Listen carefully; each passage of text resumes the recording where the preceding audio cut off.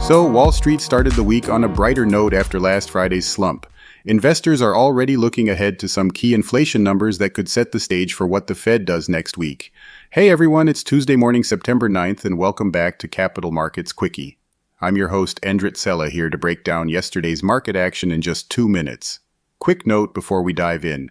Today's episode is brought to you by AMF Capital Asset Management Frankfurt. Learn more about our funds and strategies at amf-capital.de. The Standard & Poor's 500 ticked up about 0.2%, the Dow climbed the same amount, and the Nasdaq grabbed the spotlight again, hitting a fresh record with a 0.5% gain. That momentum comes right as everyone braces for the big inflation reports this week. Producer prices on Wednesday and consumer prices on Thursday. These two releases will really test the market's conviction that the Fed is about to cut rates.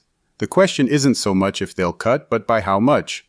Most bets, roughly 88%, are on a quarter-point move, but chatter is growing about a bigger 50 basis point catch-up cut, especially after last week's weak August jobs report and some softer labor data that raised fresh recession worries. Later today, revisions to earlier months' jobs numbers will also get more attention than usual, given how much weaker the labor market suddenly looks. If those downward revisions deepen, it only fuels the case for a bolder cut next week. Meanwhile, politics are keeping markets on edge too. As the tariff drama continues, the Treasury Secretary warned that the U.S. might actually have to hand out rebates if the Supreme Court rules against Trump's tariffs. An appeals court already said most of them were illegal, arguing the president went beyond his authority. That adds another layer of uncertainty to trade policy.